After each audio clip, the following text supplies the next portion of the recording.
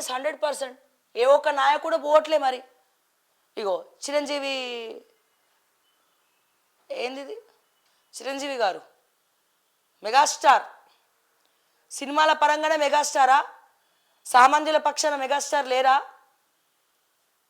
సామాన్యుల పక్షాన మెగాస్టార్ లేరా?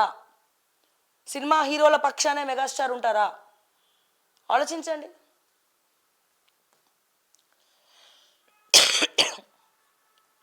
ఎస్, నేటి నుంచి తెలంగాణ అసెంబ్లీ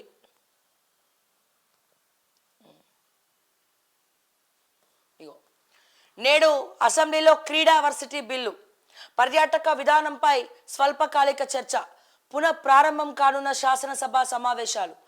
రాష్ట్ర శాసనసభ సమావేశాలు సోమవారం నుంచి తిరిగి ప్రారంభం కానున్నాయి. ఈ నెల 9న శాసనసభ మండలి సమావేశాలు ప్రారంభం కాగా ఆ రోజు తెలంగాణ తల్లి విగ్రహావిష్కరణపై ప్రభుత్వం ప్రకటన విడుదల చేసింది. ఆ అంశంపై ముఖ్యమంత్రి సహా పలువురు మంత్రులు, ఎమ్మెల్యేలు ప్రసంగాల అనంతరం సభలను 16వ తేదీకి వాయిదా వేసిన సంగతి తెలిసిందే. సోమవారం ఉదయం శాసనసభలో ప్రశ్నోత్తరాలుంటాయి. అనంతరం పలు సంతాప తీర్మానాలను ప్రవేశపెడతారు. తర్వాత తెలంగాణ యువ భారత వ్యాయామ విద్య క్రీడా విశ్వవిద్యాలయం బిల్లు, తెలంగాణ విశ్వవిద్యాలయాల సవరణ బిల్లులను ప్రభుత్వం ప్రవేశపెట్టనుంది. తెలంగాణలో పర్యాటక విధానంపై స్వల్పకాలిక చర్చను చేపడతారు. శాసన మండలిలోనూ ఇదే అంశంపై చర్చ ఉంటుంది. శాసనసభను మండలిని ఎన్ని రోజుల పాటు నిర్వహించాలనేది సోమవారం బిజినెస్ అడ్వైజరీ కమిటీ BAC సమావేశంలో నిర్ణయిస్తారు. మంత్రి మండలి భేటీ కూడా శాసనసభలో ప్రవేశపెట్టే బిల్లులు, ప్రభుత్వ ప్రకటనలు, చర్చలకు సంబంధించిన కీలక అంశాలపై నిర్ణయాలు తీసుకునేందుకు రాష్ట్ర మంత్రి మండలి సమావేశం కానుంది. సోమవారం అసెంబ్లీ సమావేశాలు ముగిసిన అనంతరం మధ్యాహ్నం 2 గంటలకు అసెంబ్లీలోని కమిటీ హాల్లో ఈ సమావేశం నిర్వహిస్తారు.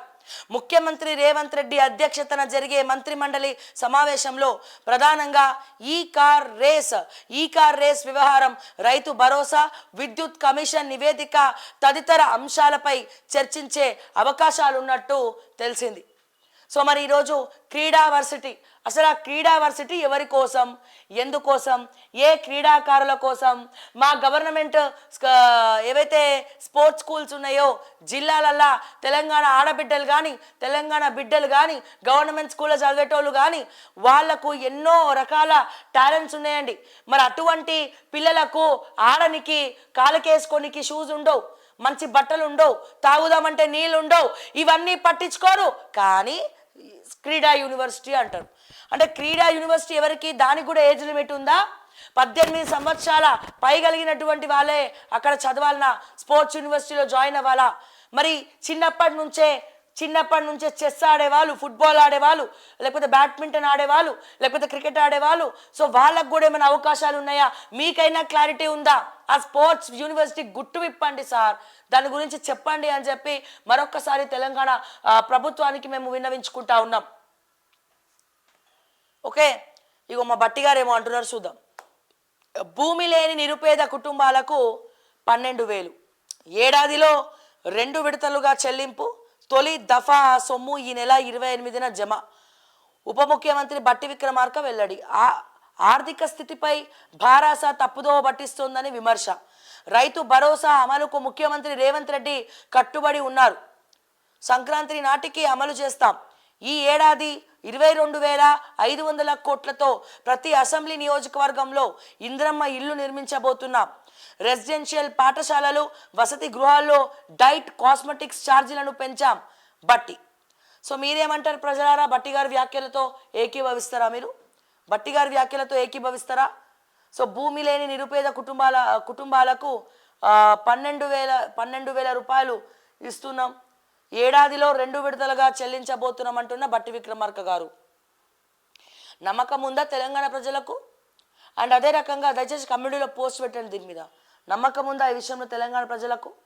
అండ్ అదే రకంగా తొలి దఫా సొమ్ము ఈ నెల 28న జమ అట. అండ్ అదే రకంగా ఏమంటుండ్రు ఇంకా 22,500 కోట్లతో ప్రతి అసెంబ్లీ నియోజకవర్గంలో ఇందిరమ్మ ఇల్లు నిర్మించబోతున్నాం. ప్రతి అసెంబ్లీ నియోజకవర్గాల్లో 22,500 కోట్ల బడ్జెట్లో ఇందిరమ్మ ఇల్లు నిర్మించబోతున్నాం. సో ఆ ఇందిరమ్మ ఇల్లు ఎవరెవరికి ఇస్తారు? సామాన్య ప్రజలు ఉన్నారా లిస్టులో? గత ప్రభుత్వం కట్టినటువంటి డబల్ బెడ్రూమ్లు ఏమవుతున్నాయి? గత ప్రభుత్వము డబల్ బెడ్రూమ్ కట్టింది కదా, మరి గత ప్రభుత్వం కట్టినటువంటి డబల్ బెడ్రూమ్లను ఏం చేస్తున్నారు?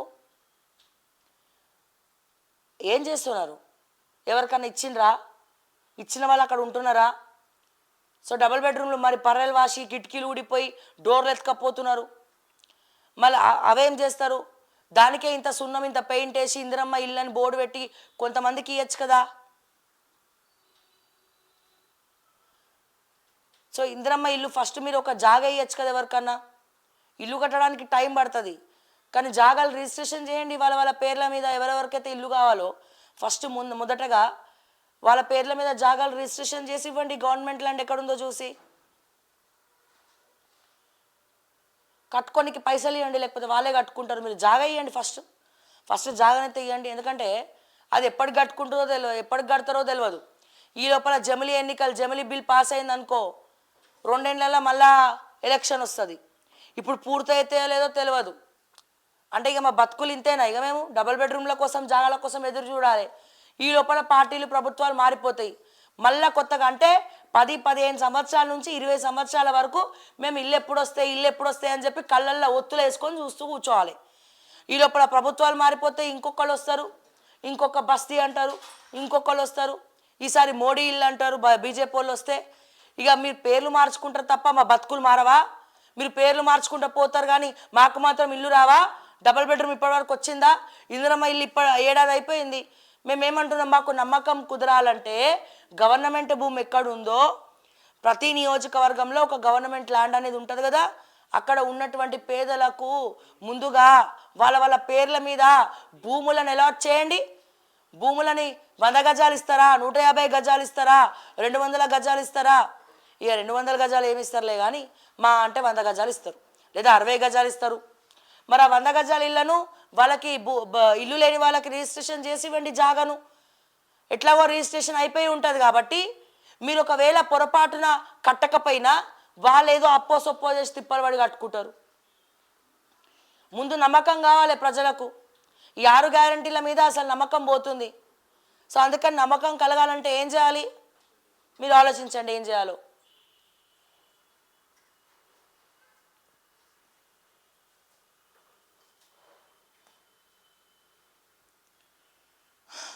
ధరణి ఇక భూమాత పేరు మారితే సరిపోదు సార్.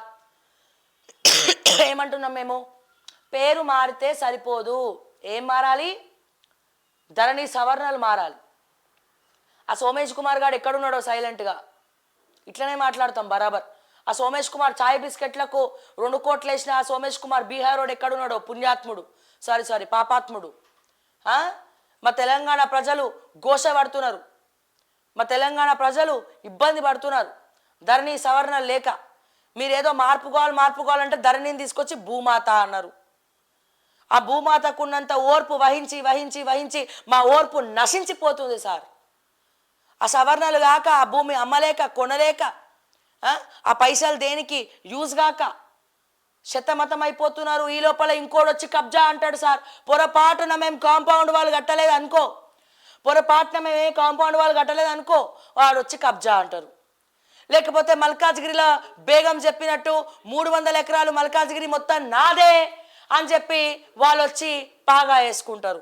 అంటే 30-35 సంవత్సరాల నుంచి 40 సంవత్సరాల నుంచి ఇల్లు కట్టుకొని ఉన్న వాళ్ళంతా పిచ్చోళ్ళు. ఒకవేళ 300 ఎకరాలు మల్కాజ్గిరిలో బేగంవే అయితే మరి రిజిస్ట్రేషన్ ఆఫీస్లో రిజిస్ట్రేషన్లు ఎందుకు చేసిండ్రు? వాళ్ళకి రిజిస్ట్రేషన్ చేసే ముందు ఇది బేగంది అని తెలియదా? మనలో మన మాట.